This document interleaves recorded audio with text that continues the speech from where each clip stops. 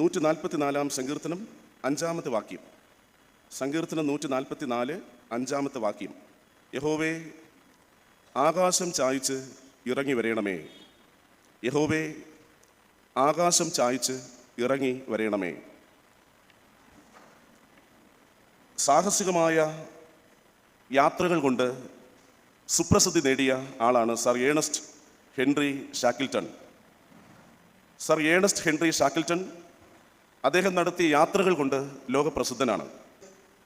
സാധാരണയായി അദ്ദേഹം നടത്താറുള്ള യാത്രകൾ ദക്ഷിണ ധ്രുവ പ്രദേശങ്ങളിലും മഞ്ഞ് മലകളിലും അതീവ തണുപ്പ് അനുഭവപ്പെടുന്ന ഇടങ്ങളിലുമൊക്കെയാണ് അദ്ദേഹം സാധാരണയായി യാത്ര നടത്തിയിരുന്നത്. അദ്ദേഹത്തിൻ്റെ യാത്രകൾ, ആ യാത്രകളെക്കുറിച്ചുള്ള വിവരണം ഇത് വായിക്കുകയും മനസ്സിലാക്കുകയും ചെയ്യുന്ന ആളുകൾക്ക് വലിയ അമ്പരപ്പ് നൽകുന്ന യാത്രകളാണ്. ധ്രുവപ്രദേശത്തെ കാന്തവലയം കണ്ടുപിടിച്ചത് അദ്ദേഹമാണ്. ഈ കണ്ടുപിടുത്തം നടത്താൻ വേണ്ടി ഷാക്കിൾട്ടനും കൂടെയുള്ള യാത്രക്കാരും മഞ്ഞ് മലകളുടെ മുകളിൽ കൂടി ഏതാണ്ട് 160 കിലോമീറ്റർ സഞ്ചരിക്കേണ്ടി വന്നു. 1915 ഷാക്കിൾട്ടനും സംഘവും നടത്തിയ സാഹസികമായ യാത്ര വലിയ ഒരു അപകടത്തിലാണ് ചെന്ന് കലാശിച്ചത്. പാറക്കെട്ട് പോലുള്ള ഒരു വലിയ മഞ്ഞുമലയിൽ തട്ടി അവരുടെ കപ്പൽ അപ്പാടെ തകർന്നു. നമ്മൾ മനസ്സിലാക്കിയിട്ടുള്ള ടൈറ്റാനിക് കപ്പലിൻ്റെ തകർച്ച പോലെ 1915 ഈ സാഹസിക സഞ്ചാരി സഞ്ചരിച്ചിരുന്ന അവരുടെ യാത്രയിൽ വലിയ അപകടം ഉണ്ടായി. അവിടെ ആരും രക്ഷിക്കാൻ വേണ്ടി ഉണ്ടായിരുന്നില്ല. ചെയ്യാവുന്ന ഒറ്റ കാര്യം തോളിൽ ചുമക്കാവുന്ന സാധനങ്ങളും വാരിയെടുത്ത് മുന്നോട്ട് പോവുക. അങ്ങനെ അവർ പൊങ്ങിക്കിടക്കുന്ന ഒരു മഞ്ഞ് കട്ടിയിൽ എങ്ങനെയൊക്കെയോ കയറിപ്പറ്റി.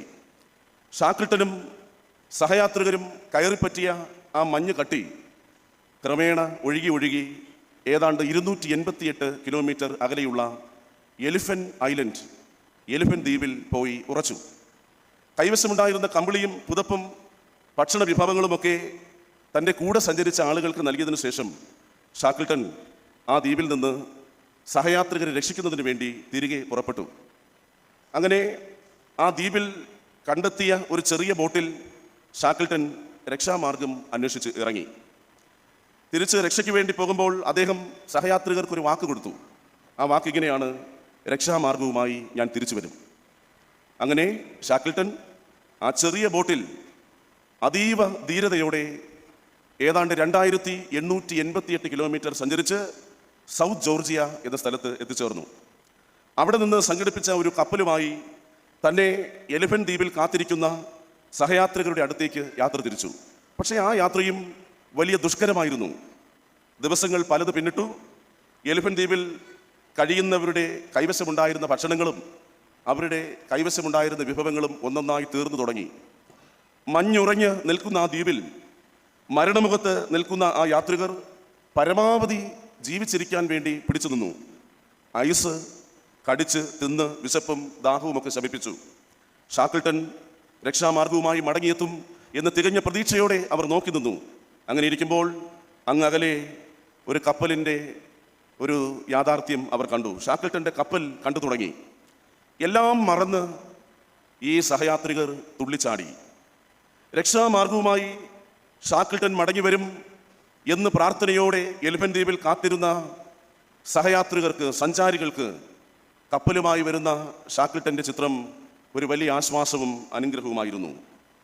ഒരു ജനതയുടെ രക്ഷകന് വേണ്ടിയുള്ള പ്രാർത്ഥന, നൂറ്റാണ്ടുകളായി ഈ ലോകത്തിൻ്റെ വീണ്ടെടുപ്പിന് വേണ്ടി തീവ്രമായി നടത്തിയ പ്രാർത്ഥന, ആ പ്രാർത്ഥനയുടെ കാത്തിരിപ്പിൻ്റെ ഫലമാണ് ആഗമനം അഥവാ അഡ്വെന്റ് എന്ന് വിളിക്കുന്നത്. ഇത് ആഗമനകാലമാണ്. ഇന്ന് കുറിവാക്യമായി നാം ശ്രദ്ധിച്ച 144 സങ്കീർത്തനം 5-ാമത്തെ വാക്യം: ദൈവമേ, ആകാശം ചായിച്ച് ഇറങ്ങി വരേണമേ, ആകാശം ചായിച്ച് ഇറങ്ങി വരേണമേ എന്ന് ഒരു ജനതയുടെ ഉള്ളിൽ ഉരുകിയ പ്രാർത്ഥന. ആ പ്രാർത്ഥനയുടെ ഫലമാണ് ആഗമനകാലം. ആദിപിതാവായ ആദാമിന് ലഭിച്ച വാഗ്ദത്തത്തിൻ്റെ സാഫല്യമാണ് ആഗമനകാലം. ചിന്തകരായ സോക്രട്ടീസും പ്ലേറ്റോയും പറഞ്ഞു വെച്ച ലോഗോസ്, ആ ലോഗോസിലൂടെ കൈവന്നതാണ് ആഗമനകാലം. ക്രിസ്തുവിൻ്റെ ജനനത്തിന് ഏതാണ്ട് 6 നൂറ്റാണ്ടുകൾക്ക് മുൻപ് പ്രോമത്തിയൂസ് എന്ന എഴുത്തുകാരൻ എഴുതി വെച്ചു: ഈ ലോകത്തിൻ്റെ വേദനകളുമേന്തി ദൈവം വന്നു ചേരുന്ന കാലം വരുന്നു. ഈ ലോകത്തിൻ്റെ വേദനകൾ അകറ്റാൻ ദൈവം ഈ ലോകത്തിലേക്ക് വരിക തന്നെ ചെയ്യും. കൺഫ്യൂഷ്യസ് ഒരു പ്രവചന സ്വരം പോലെ പറഞ്ഞു, പരിശുദ്ധനായവൻ പരലോകത്ത് നിന്ന് വരും. ഇറ്റാലിയൻ കവി വെർജിൽ അദ്ദേഹം ഒരിക്കൽ പാടിയത് ഇങ്ങനെയാണ്: ഇതാ കുഞ്ഞിനെയും കരങ്ങളിലേന്തി കടന്നു വരുന്ന പരിശുദ്ധ, കുഞ്ഞിനെയും കരങ്ങളിലേന്തി ഒരമ്മ. റോമൻ ചരിത്രകാരൻ ടാസിറ്റസ് അദ്ദേഹത്തിൻ്റെ ഒരു നിരീക്ഷണം ചരിത്രത്തിൽ ശ്രദ്ധേയമാണ്. അദ്ദേഹം പറഞ്ഞത്, ലോകരക്ഷകൻ കിഴക്ക് നിന്ന് വരും. അങ്ങനെ ലോക ചരിത്രത്തിൽ പാപത്തിൽ വീണുപോയ മനുഷ്യരെ, പാപത്തിൽ കുടുങ്ങിപ്പോയ മനുഷ്യരെ, ആ ജനതയെ ഒരു രക്ഷകനെ കണ്ടെത്തിയതാണ് ആഗമനകാലം. ഒരു രക്ഷകനെ പ്രാർത്ഥനയോടെ കാത്തിരുന്നതിൻ്റെ ഫലപ്രാപ്തിയാണ് ആഗമനകാലം. ഈ ആഗമനത്തിൻ്റെ രണ്ട് പ്രത്യേകതകൾ, രണ്ട് സാധ്യതകൾ ചുരുക്കമായി പങ്കിടട്ടെ. ഒന്ന്, ആഗമനത്തിൻ്റെ ഒന്നാമത്തെ പ്രത്യേകത പതറുന്നവരിലൂടെയല്ല, പ്രതീക്ഷിക്കുന്നവരിലൂടെ കൈവരുന്ന ആഗമനം. പതറുന്നവരിലൂടെയല്ല, പ്രതീക്ഷിക്കുന്നവരിലൂടെ കൈവരുന്ന ആഗമനം. ഒരുപാട് കയ്പനുഭവങ്ങൾ ഷാക്കിൾട്ടൻ്റെ ജീവിത പ്രയാണത്തിൽ, സാഹസിക യാത്രകളിൽ കൈവരുമ്പോഴും പതറാത്ത ഒരു പ്രതീക്ഷ ജീവിതത്തിൽ പുലർത്തിയിരുന്നു. അങ്ങനെ പ്രതീക്ഷ പുലർത്തുന്നവർക്ക് ഈ ആഗമനകാലം അനുഭവിക്കാൻ കഴിയും. പാവങ്ങൾ എന്ന വിഖ്യാത നോവൽ എഴുതിയ വിക്ടർ ഹ്യൂഗോ അദ്ദേഹം ഒരിക്കൽ പറഞ്ഞു, ഓരോ മനുഷ്യൻ്റെയും നെറ്റിത്തടത്തിൽ ദൈവം എഴുതിയിരിക്കുന്ന വാക്കാണ് പ്രതീക്ഷ. ഓരോരുത്തരുടെയും നെറ്റിയിൽ ദൈവം നൽകിയിരിക്കുന്ന വാക്ക് പ്രതീക്ഷ. വെളിച്ചം, കാഴ്ച നഷ്ടപ്പെട്ടു പോയ ഹെലൻ കെല്ലർ എന്ന പെൺകുട്ടി ഒരിക്കൽ പറഞ്ഞൊരു യാഥാർത്ഥ്യം, പ്രതീക്ഷ കൂടാതെ ഒന്നും നേടാൻ പോകുന്നില്ല. കഠിനാധ്വാനവും കാത്തിരിപ്പും കൊണ്ടേ എന്തെങ്കിലും നമുക്ക് ജീവിതത്തിൽ നേടാനായിട്ട് കഴിയൂ. ഈ ഇടയ്ക്ക് ബിസിനസ് തകർന്നു പോയ ഒരു മനുഷ്യൻ ആത്മഹത്യ ചെയ്തു. ആത്മഹത്യാ കുറിപ്പിൽ അദ്ദേഹം എഴുതിയിരുന്നത് ഇങ്ങനെയാണ്: എനിക്ക് ജീവിതത്തിൽ നിന്ന് പ്രതീക്ഷിക്കാൻ ഒന്നുമില്ല, എൻ്റെ എല്ലാ പ്രതീക്ഷകളും നഷ്ടപ്പെട്ടിരിക്കുന്നു. നഷ്ടപ്പെട്ടു പോയ എൻ്റെ പ്രതീക്ഷയുമായി മുന്നോട്ട് ജീവിക്കാൻ ഞാൻ പ്രയാസപ്പെടുന്നു. അതുകൊണ്ട് ഞാൻ എൻ്റെ ജീവിതം അവസാനിപ്പിക്കുകയാണ്. പ്രതീക്ഷയില്ലെങ്കിൽ നമുക്ക് ജീവിതം സാധ്യമല്ല എന്ന് ഓർമ്മിപ്പിക്കുന്ന കാലമാണ് ആഗമനകാലം. നമുക്കൊരു രക്ഷകനുണ്ട്. നമ്മുടെ ജീവിതത്തിൻ്റെ പ്രയാസങ്ങളും പ്രതിസന്ധികളും മനസ്സിലാക്കി നമ്മൾ ഒറ്റപ്പെട്ടു പോകുന്ന, വേദനിക്കുന്ന ഏത് സാഹചര്യങ്ങളിലും ഷാക്കിൾട്ടൻ തൻ്റെ സഹയാത്രികരുമായി സങ്കടപ്പെട്ട നിമിഷങ്ങളിൽ പതറിപ്പോകാതെ ഒരു രക്ഷ കൈവരുമെന്ന് പ്രതീക്ഷിച്ചതുപോലെ പ്രതീക്ഷ പുലർത്തുന്നവർക്കാണ് ആഗമനകാലം കൈവരുന്നത് എന്നതാണ് യാഥാർത്ഥ്യം. യേശുക്രിസ്തുവിൻ്റെ പിറവി ലോകത്തിന് നൽകിയ അനുഗ്രഹീതമായ പദമാണ് പ്രതീക്ഷ. നിങ്ങളുടെ ജീവിതത്തിലൊരു സാധ്യത ഉണ്ട്, നിങ്ങളുടെ ജീവിതത്തിലൊരു പ്രതീക്ഷയ്ക്ക് വകയുണ്ട്. എല്ലാം നഷ്ടപ്പെട്ടു പോയിട്ടില്ല, എല്ലാം കൈവിട്ടു പോയിട്ടില്ല. മടങ്ങി വരാൻ ചേർത്ത് നിർത്തുന്ന ഒരു ദൈവമുണ്ട് എന്ന് ഓർമ്മപ്പെടുത്തുന്നതാണ് ആഗമനകാലം. നമ്മൾ ഈ ക്രിസ്മസ് നാളുകളിലേക്ക് പ്രവേശിക്കുമ്പോൾ ഇങ്ങനെ പ്രതീക്ഷ നഷ്ടപ്പെട്ടു പോയ നമ്മുടെ ചുറ്റുമുള്ളവർ ഏതൊക്കെയോ കാരണങ്ങൾ കൊണ്ട്, രോഗങ്ങൾ കൊണ്ട്, സാമ്പത്തിക ഞെരുക്കങ്ങൾ കൊണ്ട്, ജീവിതത്തിൽ വന്നു ചേർന്ന പരിഹാസങ്ങൾ കൊണ്ട് ഒറ്റപ്പെട്ടു പോയവർക്ക് പ്രതീക്ഷ നൽകുന്ന കാലമാകട്ടെ ക്രിസ്മസ്. നിങ്ങൾക്ക് മുന്നോട്ടൊരു ജീവിതമുണ്ട് എന്ന് ഉറപ്പിച്ച് പറയാൻ കഴിയുന്നതിൻ്റെ പേരാണ് ആഗമനകാലം. രണ്ടാമത്, ഈ ആഗമനകാലത്തിൻ്റെ ഒരു പ്രത്യേകത ഭരിക്കുന്നവരിലൂടെയല്ല, ഭാരപ്പെടുന്നവരിലൂടെ കൈവരുന്ന ആഗമനം. ഭരിക്കുന്നവരിലൂടെയല്ല, ഭാരപ്പെടുന്നവരിലൂടെ കൈവരുന്ന ആഗമനം. ഞാൻ നിങ്ങളെ ഇന്നത്തെ പഴയ നിയമ പാഠത്തിലേക്ക് നിങ്ങളുടെ ശ്രദ്ധ ക്ഷണിക്കുകയാണ്. പുറപ്പാട് പുസ്തകം 2-ാം അധ്യായം മോശയുടെ ജനനത്തെ സംബന്ധിച്ചാണ് എഴുതിയിരിക്കുന്നത്. മോശയും യേശുവും ഒരുപാട് സാമ്യങ്ങൾ, ഒരുപാട് ഒരുമയുള്ള കാര്യങ്ങൾ ഇവരുടെ രണ്ടുപേരുടെയും ജീവിതത്തിലുണ്ട്. മോശയും യേശുവും രണ്ടുപേരും കൊല്ലപ്പെടാൻ വിധിക്കപ്പെട്ടവരാണ്. പിറന്നു വീഴുമ്പോൾ തന്നെ രണ്ടുപേർക്കും മരണ വാറണ്ട് പുറപ്പെടുവിച്ചൊരു ലോകമാണ് ഈ ലോകം. മോശയും കൊല്ലപ്പെടാൻ സാധ്യത ഉണ്ടായിരുന്നു, യേശുവും പിറവിയിലെ കൊല്ലപ്പെടാൻ സാധ്യത ഉണ്ടായിരുന്നു. പക്ഷേ കൊല്ലപ്പെടാൻ വിധിക്കപ്പെട്ടവരിലൂടെയാണ് ആഗമനം കൈവന്നത്. മോശെ കൊല്ലപ്പെടാൻ വിധിക്കപ്പെട്ടു. ആ മോശയിലൂടെ ഒരു ജനതയുടെ പ്രയാണം, രക്ഷയുടെ പ്രയാണം സാധ്യമായി. 2017 മെയ് മാസം 6-ാം തീയതി മനോരമ പത്രത്തിലും ഇംഗ്ലീഷിലെ ഇന്ത്യൻ എക്സ്പ്രസ് പത്രത്തിലും, 2 പത്രങ്ങളിൽ ഒരു ഞെട്ടിപ്പിക്കുന്ന എന്നാൽ രസകരമായ ഒരു വാർത്തയുണ്ടായി. ആ വാർത്തയുടെ തലക്കെട്ട് ഇങ്ങനെയാണ്: എന്നാലും കുഞ്ഞേ, ഇങ്ങനെ ഒരു സർപ്രൈസ് വേണ്ടായിരുന്നു. എന്നാലും കുഞ്ഞേ, ഇങ്ങനെ ഒരു സർപ്രൈസ് വേണ്ടായിരുന്നു. ഇതായിരുന്നു ആ വാർത്തയുടെ തലക്കെട്ട്. സംഭവം ഇതാണ്: അമേരിക്കയിലെ ഒരു കുടുംബം 3 കുഞ്ഞുങ്ങൾ പിറന്നതോടുകൂടി ഇനിയും കുട്ടികൾ വേണ്ട എന്ന് ആ കുടുംബം തീരുമാനിച്ചു. ഭാര്യയുടെ പേര് ലൂസി ഹെയ്ലൻ എന്നാണ്. ലൂസി ഹെയ്ലൻ ഭർത്താവിൻ്റെ അനുവാദത്തോടു കൂടി ഗർഭനിരോധന ഉപകരണം ധരിച്ചു, കോൺട്രാസെപ്റ്റീവ് ഡിവൈസ്. ഈ ഗർഭനിരോധന ഉപകരണം ഉപയോഗിച്ച് കുറച്ച് ദിവസങ്ങൾ കഴിയുമ്പോൾ ഈ ഭാര്യയ്ക്ക് ശാരീരികമായ ചില അസ്വസ്ഥതകൾ. പരിശോധിച്ചപ്പോൾ അവർ വീണ്ടും ഗർഭിണിയായിരിക്കുന്നു എന്ന് മനസ്സിലാക്കി. അപ്പോൾ കുടുംബത്തിൽ പ്രതീക്ഷിച്ചതല്ലെങ്കിലും അപ്രതീക്ഷിതമായ ഒരു കുഞ്ഞുകൂടെ ആ കുടുംബത്തിലേക്ക് പിറവിയെടുക്കാൻ പോകുന്നു. പ്രതീക്ഷിച്ചതല്ല, തടസ്സപ്പെടുത്താൻ നോക്കിയതാണ്. പക്ഷേ പ്രതീക്ഷിക്കാതെ വന്നതെങ്കിലും ആ കുഞ്ഞുവാവയെ സ്വീകരിക്കാൻ ആ കുടുംബം മനസ്സുകൊണ്ട് ഒരുങ്ങി. എന്നാൽ പിറന്നു വീണ കുഞ്ഞ്, ആ കുഞ്ഞിൻ്റെ കയ്യിൽ നോക്കിയപ്പോൾ അമ്മ ലൂസി അമ്പരന്നു. ആ കുഞ്ഞിൻ്റെ ജനനം തടയാനായി ലൂസി എന്ന അമ്മ ധരിച്ചിരുന്ന ഗർഭനിരോധന ഉപകരണം കയ്യിൽ പിടിച്ചാണ് ആ കുഞ്ഞ് അമ്മയിൽ നിന്ന് പുറത്തേക്ക് വന്നത്. എന്ത് പ്രതിരോധങ്ങൾ മറികടന്നാലും, ഏതെല്ലാം തടസ്സങ്ങൾ ഉണ്ടെങ്കിലും താൻ ഈ ഭൂമിയിൽ ജനിക്കുക തന്നെ ചെയ്യും എന്ന മുഖഭാവത്തോടു കൂടിയാണ് ആ കൈകളിൽ ഉപകരണം പിടിച്ചിരിക്കുന്ന കുഞ്ഞ് അമ്മയിൽ നിന്ന് പുറത്തേക്ക് വന്നത്. അമ്മയ്ക്ക് വളരെ കൗതുകം തോന്നി. അമ്മ ഈ കുഞ്ഞിൻ്റെ ഫോട്ടോ എടുത്ത് സോഷ്യൽ മീഡിയയിൽ ഇട്ടു. കുഞ്ഞിനെ സാമൂഹിക മാധ്യമം നെഞ്ചിലേറ്റി. ആ പടം വൈറലായി. ഒരു കുടുംബത്തിൽ കുഞ്ഞിനെ വേണ്ട എന്ന് നിശ്ചയിച്ച് അതിനെ നിരോധിക്കാനുള്ള എല്ലാ സാഹചര്യങ്ങളും ഒരുക്കിയിട്ടും ഈ ഭൂമിയിലേക്ക് പിറന്നു വീണൊരു കുഞ്ഞ് 2017 മെയ് മാസം 6-ാം തീയതി എബ്രായ ആൺകുട്ടികളെ നൈൽ നദിയിൽ എറിഞ്ഞു കൊല്ലാനായിരുന്നു പുതിയ രാജാവിൻ്റെ കൽപ്പന. പുറപ്പാട് പുസ്തകം ആരംഭിക്കുമ്പോൾ തന്നെ നമ്മൾ കണ്ടെത്തുന്നത് അതാണ് ചരിത്രം. ഒരു പുതിയ രാജാവ് വന്നിരിക്കുന്നു. ഇപ്പോൾ രാജാവിന് സ്വാഭാവികമായും ഒരു ചിന്ത: ഈ എബ്രായർ ഇങ്ങനെ വളർന്നാൽ, എബ്രായർ ഇങ്ങനെ പെരുകിയാൽ ഞങ്ങൾക്കെതിരെ യുദ്ധത്തിന് വരും. എബ്രായരുടെ സംഖ്യ കൂടിപ്പോയാൽ രാജാവിൻ്റെ നിലനിൽപ്പിനെ ബാധിക്കും. അതുകൊണ്ട് ആൺകുട്ടികളെ കൊന്നുകളയാനായിരുന്നു രാജാവിൻ്റെ കൽപ്പന. പക്ഷേ എബ്രായ മക്കളാണ് ആ രാജ്യത്ത് ജോലി ചെയ്യുന്നതും രാഷ്ട്രത്തിൻ്റെ നിർമ്മാണം നിർവഹിച്ചുകൊണ്ടിരിക്കുന്നതും. നൈൽ നദിയാണ് ഈജിപ്തിന് ജീവൻ നൽകുന്നത്. ഈ കാര്യങ്ങളൊന്നും രാജാവ് പരിഗണിക്കാതെ തനിക്ക് ചുറ്റുമുള്ളവരെയും പ്രകൃതിയെയും ആ പ്രകൃതിയുടെ ജീവനെയും നശിപ്പിക്കാൻ ശ്രമിക്കുന്ന പുതിയ രാജാവ്. പക്ഷേ രാജാവിന് തെറ്റുപറ്റുകയാണ്. എല്ലാം നിയന്ത്രിക്കുന്നു എന്ന് കരുതിയ രാജാവിൻ്റെ മൂക്കിന് താഴെ എബ്രായരുടെ കല്യാണങ്ങൾ നടക്കുന്നു, കുഞ്ഞുങ്ങൾ പിറക്കുന്നു. കൊന്നുകളയാൻ കൽപ്പന പുറപ്പെടുവിച്ചെങ്കിലും കുഞ്ഞുങ്ങൾ ജനിക്കുകയും എബ്രായരെ നശിപ്പിക്കാൻ തുനിഞ്ഞ രാജാവ് അവരുടെ ജീവിതത്തെ കണ്ട് അമ്പരക്കുകയും ചെയ്യുന്നുണ്ട്. കഴിഞ്ഞ ഞായറാഴ്ച വൈകുന്നേരം നമ്മുടെ ഈ തയ്ക്കാട്ടുള്ള ഭാരത് ഭവനിൽ മെഡിക്കൽ കോളേജ് ആശുപത്രിയിൽ വളരെ ശ്രദ്ധേയമായ ജോലി ചെയ്യുന്ന ഡോക്ടർ സന്തോഷ് കുമാർ, അദ്ദേഹത്തിൻ്റെ ജീവിതാനുഭവത്തെ പങ്കിടുന്ന ഒരു ചെറിയ പ്രോഗ്രാം ഉണ്ടായിരുന്നു. നമ്മുടെ മെഡിക്കൽ കോളേജിലെ ഡോക്ടർ സന്തോഷ് കുമാർ, അദ്ദേഹം കഴിഞ്ഞ ഏതാനും മാസങ്ങളായി ഗാസയിലെ ആശുപത്രികളിൽ ജോലി ചെയ്തിരുന്ന അനുഭവങ്ങൾ ഇങ്ങനെ പങ്കിടുകയാണ്.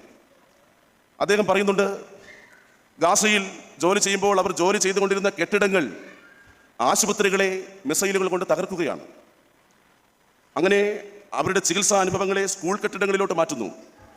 പക്ഷേ സ്കൂൾ കെട്ടിടങ്ങളിലും മിസൈലുകൾ പതിപ്പിക്കുകയാണ്.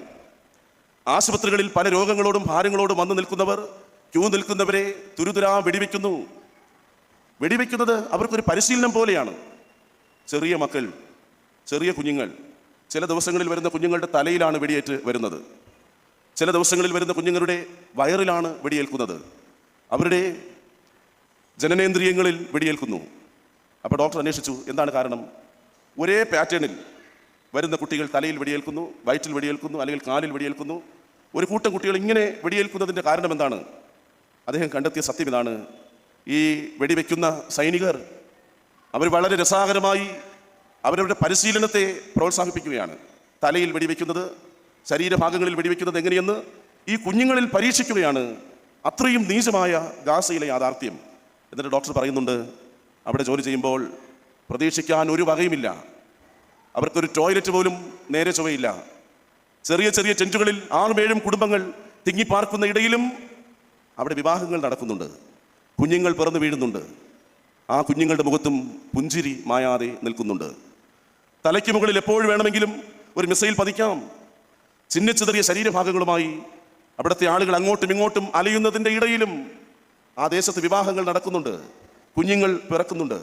സമാനമായ സാഹചര്യമാണ് പുറപ്പാട് പുസ്തകത്തിൽ നാം കാണുന്നത്. പുതിയ രാജാവ് ആളുകളെ കൊന്നൊടുക്കുകയാണ്, എബ്രായ ആൺകുട്ടികളെ കൊന്നൊടുക്കുകയാണ്. പക്ഷേ പിന്നെയും ആ നാട്ടിൽ കുഞ്ഞുങ്ങൾ പ്രസവിക്കപ്പെടുന്നു, ചെറിയ കുഞ്ഞുങ്ങൾ ഉണ്ടാകുന്നു. കാരണം ചില സ്ത്രീകളാണ് ഇതിന് കാരണം, വൈറ്റാട്ടികൾ. പുറപ്പാട് പുസ്തകം 1-ാം അധ്യായം 17-ാമത്തെ വാക്യം, ഈ സൂതി കർമ്മിണികൾ, വൈറ്റാട്ടികൾ രാജാവ് കൊടുത്ത കൽപ്പന ലംഘിക്കുന്നു. കാരണം എഴുതിയിരിക്കുന്നത് എങ്ങനെയാണ്? അവർ ദൈവഭയം ഉള്ളവരായിരുന്നു. ദൈവത്തോടുള്ള ഭയം. ഭരിക്കുന്നവരിലൂടെയല്ല, ചില ഭാരങ്ങൾ ജീവിതത്തിൽ കൊണ്ടു നടക്കുന്നവരിലൂടെയാണ് ആഗമനം സാധ്യമാവുക. ആ ശിശുവിനെ 3 മാസത്തേക്ക് രഹസ്യമായി വളർത്തി പിന്നെ ഞാങ്ങണയിൽ നദിയിലേക്ക് ഒഴുക്കിവിട്ടു. നാട്ടിലെ അടിമകളിൽപ്പെട്ട ഒരു ശിശുവാണ് എന്ന് രാജകുമാരിക്ക് മനസ്സിലായി. കൊല്ലണം എന്നാണ് പിതാവിൻ്റെ കൽപ്പന. പക്ഷേ രാജകുമാരി ആ കുഞ്ഞിനെ സ്വന്തം പോലെ കരുതി വളർത്തുകയാണ്. മരണമുഖത്ത് നിന്ന് ആ കുഞ്ഞിൻ്റെ ജീവനെ രക്ഷിക്കുകയാണ്.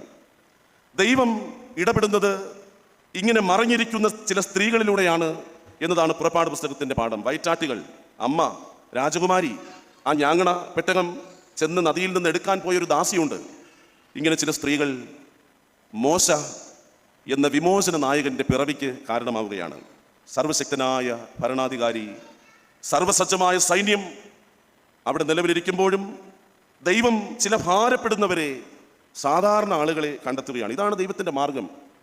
വലിയ ഭരണാധികാരികൾ ഈ ലോകത്തെ തെറ്റായ നിലകളിൽ നയിക്കുമ്പോൾ ദൈവം ചില സാധാരണ ആളുകളിലൂടെ ദൈവത്തിൻ്റെ പദ്ധതി നടപ്പിലാക്കുക തന്നെ ചെയ്യും. രക്ഷ വരുന്നത് ഭരണകർത്താക്കളിലൂടെയല്ല, അവർ കൊല്ലാൻ തീരുമാനിച്ച ആളുകളിലൂടെയാണ്. വാക്കുകൾ ഉപസംഹരിക്കട്ടെ. ദൈവത്തിൻ്റെ രക്ഷ കൈവരുന്നത് കൊല്ലപ്പെടാൻ വിധിക്കപ്പെട്ടവരിലൂടെയാണ്. അത് മോശയിലൂടെയും യേശുവിലൂടെയും ഈ ലോകത്ത് സംഭവിച്ച യാഥാർത്ഥ്യമാണ്. 2 കാര്യങ്ങളാണ് ചുരുക്കമായി നിങ്ങളോട് പങ്കിട്ടത്. ആഗമനകാലം ജീവിതത്തിൽ അനുഗ്രഹത്തിൻ്റെ കാലമായി മാറട്ടെ. 2 കാര്യങ്ങൾ. 1, ഒരുപാട് സങ്കടപ്പെടേണ്ടതില്ല, ഒരുപാട് പതറിപ്പോകേണ്ടതില്ല. പ്രതീക്ഷ പുലർത്താം. ഈ കണ്ണുനീര് തോരുന്നൊരു ദിവസമുണ്ട്, പ്രതീക്ഷിക്കാം. പാട്ടുകാരനായ സാജനച്ചൻ എഴുതിയതുപോലെ ഒരു മഴയും തോരാതിരുന്നിട്ടില്ല, ഒരു കാറ്റും അടങ്ങാതിരുന്നിട്ടില്ല. ഇത്രയേറെ സങ്കടങ്ങൾ നമ്മുടെ ജീവിതം അർഹിക്കുന്നില്ല, ഇത്രയേറെ ഭാരങ്ങൾ നമ്മൾ കൊണ്ടു നടക്കേണ്ടതില്ല. പതറുന്നവരിലൂടെയല്ല, പ്രതീക്ഷിക്കുന്നവരിലൂടെയാണ് ക്രിസ്തുവിൻ്റെ ജനനം സാധ്യമാവുക. പതറിപ്പോകുന്നവരിലൂടെയല്ല, ദൈവത്തെ പ്രതീക്ഷയോടെ കാത്തിരിക്കുന്നവർ ദൈവത്തെ കണ്ടെത്തുക തന്നെ ചെയ്യും. 2, ഭരണകർത്താക്കളിലൂടെയല്ല, ഭാരപ്പെടുന്നവരിലൂടെ, ദൈവത്തെ ഭയപ്പെടുന്നവരിലൂടെ ആഗമനം സാധ്യമാവുക തന്നെ ചെയ്യും. വളരെ പഴയൊരു പാട്ട്. എന്താണ് ആഗമനം എന്നീ പാട്ടിൻ്റെ വരികളിലുണ്ട്. എന്താണ് ആഗമനം? മരണത്തിൻ തരുണങ്ങൾ പലതു വന്നതും, മരണദൂതനരിയുവാൻ എന്നരികിൽ നിന്നതും. മരണത്തിൻ തരുണങ്ങൾ പലതു വന്നതും, മരണദൂതനരിയുവാൻ എന്നരികിൽ നിന്നതും. ഇരുളിലായി ഞാൻ ദുരിതമോടെ കരയുന്നതും കണ്ടു വീണ്ട അരുമനാഥനെ. അൻപിതോ യേശുനായക തന്നിതോ ഏഴയ്ക്കായി നിൻ ജീവനെ. പാപിയാമൻ പാപമെല്ലാം പോക്കി അൻപിൽ വീണ്ടു കൊള്ളുവാൻ താണിറങ്ങിയോ. അൻപിതോ യേശുനായക തന്നിതോ ഏഴയ്ക്കായി നിൻ ജീവനെ. ദൈവമേ, ആകാശം ചായ്ച്ച് ഇറങ്ങി വരണമേ. ഒരു ജനതയുടെ നൂറ്റാണ്ടിൻ്റെ പ്രാർത്ഥന. ആ പ്രാർത്ഥനയുടെ ഫലമാണ് ആഗമനം. 2 പേരിലൂടെയാണ് അത് സാധ്യമാവുക. പ്രതീക്ഷ പുലർത്തുന്നവരിലും ദൈവത്തെ ഭയപ്പെടുന്നവരിലും.